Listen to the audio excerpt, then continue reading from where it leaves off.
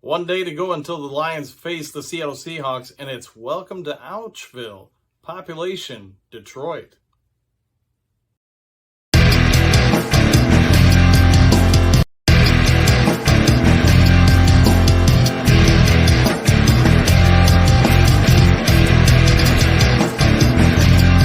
Welcome to Lions Talk Live. I am your host, Dan Thornton, just hours away from the Lions hitting the field against the Seattle Seahawks. And you're probably wondering, who is going to play for the Detroit Lions? Well, we know DeAndre Swift, Amon-Ra St. Brown, and DJ Chark are not going to be on the offensive side of the line for the Lions. Who is going to play for them? That's a good question. Apparently, everybody from UPS and unemployed people on the street are going to have to line up for the Lions.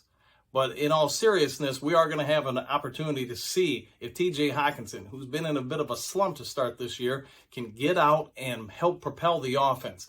The offense is going to have to rely on him, Josh Reynolds, Jamal Williams, and a cast of virtual unknowns in order to compete against the Seattle Seahawks and put a W up on the board.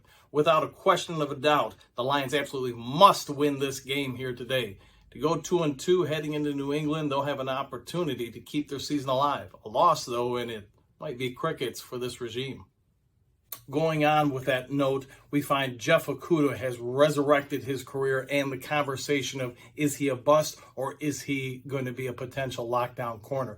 Now people, after 2 years of labeling him a bust, have found that he is potentially the lockdown corner the Lions drafted just years ago with the number 3 pick overall.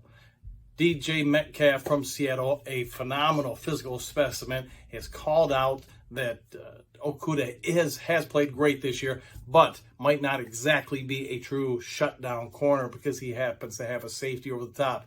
The one thing I would say to DJ is this: what corner nowadays doesn't have a safety over the top helping, or a linebacker underneath for curl routes? Whatever it may be, the rules nowadays are different than they were in the 90s, early 2000s, when you could have a little bit more physical contact with offensive players. Nowadays, past the 5 yards, it's a no-fly zone. So Okudah has been Okudah Island for the first 3 games. Can he continue that this week and help the Lions get that win?